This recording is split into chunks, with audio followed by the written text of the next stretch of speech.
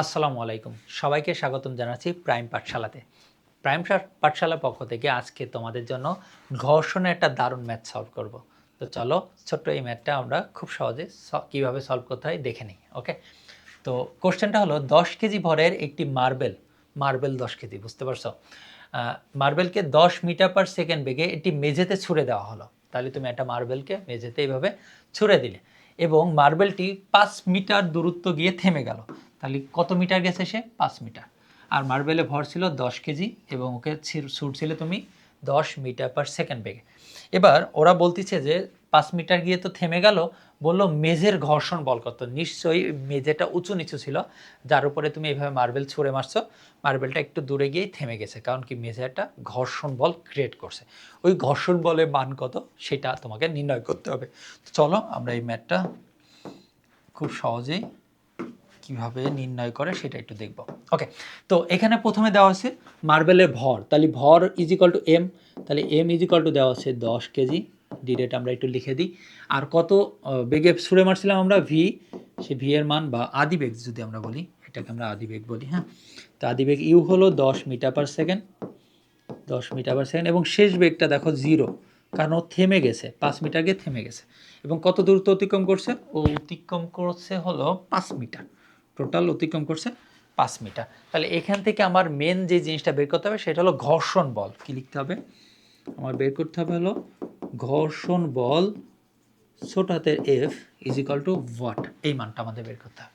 ঠিক আছে, তো আমরা জানি কি F is equal to m a, F is equal to কি এম এ। তাহলে এর মানটা যদি আমরা নির্ণয় করতে পারি তাহলে খুব সহজে আমরা ঘর্ষণ বলটা নির্ণয় করতে পারি। ঠিক আছে, তো এর মানটা কীভাবে নির্ণয় করি একটু দেখো, খেয়াল করো। তাহলে আদি বেগ আছে, শেষ বেগ আছে, ঠিক আছে, সময় তো দেওয়া নেই কিন্তু এস এর মান দেওয়া আছে। তাহলে আমরা সেক্ষেত্রে আমরা লিখতে পারি যে আমরা জানি এস ইজ ইকাল টু, এই সূত্র না, সূত্রটা লিখতে হবে এইটা, v square is equal to u square plus 2as, এই হলো আমাদের সূত্র। ঠিক আছে, এখান প্রত্যেকটা মান দেওয়া আছে, আমার এ এর মানটা নির্ণয় করে নিতে হবে। চলো আমরা এ এর মানটা নির্ণয় করি। তাহলে এখান থেকে এ ইজ ইকাল টু আসছে v square minus u square divided by 2s, এইটা আসবে। ওকে, ভি এর মানটা কত? ভি এর মান শেষ বেগ আমরা 0 দেখছি, আদি বেগ হলো ইউ আছে, ইউ হলো 10 মিটার পার সেকেন্ড। তাহলে এখানে আসছে হলো 0 স্কোয়ার মাইনাস 10 তার square divide by 2 into s এর মান হলো 5। তো এখান থেকে যদি আমি এ বের করি, এর মান আসবে উপরে মাইনাস 100 আর নিচে আসবে 10, ভাগ করলে আসবে minus 10 metre per second square. তাহলে এখানে এর মান আসছে কত? Minus 10 metre per second square, অর্থাৎ এখানে একটা মন্দন তৈরি হয়েছে, প্রতি সেকেন্ডে 10 মিটার করে বেগ হ্রাস পেয়েছে। ওকে, এবার যদি আমরা এখান থেকে ঘর্ষণ বল বের করি তাহলে আমরা লিখতে পারি ঘর্ষণ বল ছোট হাতের F is equal to m a. M a, m এর মান কত? এম হলো 10, এর মান হলো -10। তাহলে এটা হলো একক হবে নিউটন, বলের একক কি? নিউটন। এখানে না দিলে হবে, লাস্টে দিব আমরা একবারে। হ্যাঁ, তাহলে এখান থেকে টোটাল গুণ করলে -100 নিউটন। আমরা লিখতে পারি ঘর্ষণ বল ছোট হাতের এফ হলো -100 নিউটন। মাইনাস দ্বারা কি বোঝাচ্ছে? মাইনাস দ্বারা আর কিছুই বোঝাচ্ছে না, বোঝাচ্ছে যে আমি যেই দিকে বল প্রয়োগ করছিলাম তার বিপরীত দিকে।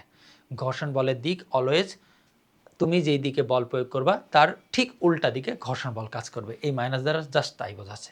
তাহলে এখানে মূলত ঘর্ষণ বল কত? 100 নিউটন।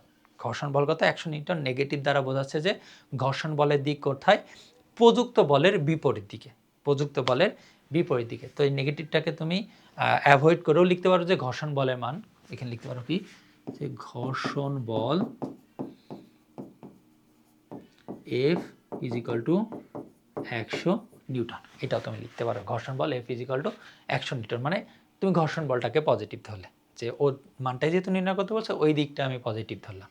ঠিক আছে, তো এই ছোট্ট একটা ম্যাথ, যে ম্যাথে আসলে কি হয় যে ঘর্ষণের ম্যাথ দেখলে আমাদের মনে হয় যেন অনেক কঠিন ম্যাথ। না, তুমি যদি গতির সাধারণ যেই সূত্রগুলো আছে এই সূত্রগুলো জানো, এই সূত্রগুলো দিয়েই ঘর্ষণের ম্যাথগুলো খুব সহজে তুমি অ্যান্সার করতে পারবা। তো আশা করি এই ছোট্ট একটা ম্যাথ তোমরা দেখে ঘর্ষণের ম্যাথগুলো খুব সহজে অ্যান্সার করতে পারবা। ধন্যবাদ সবাইকে।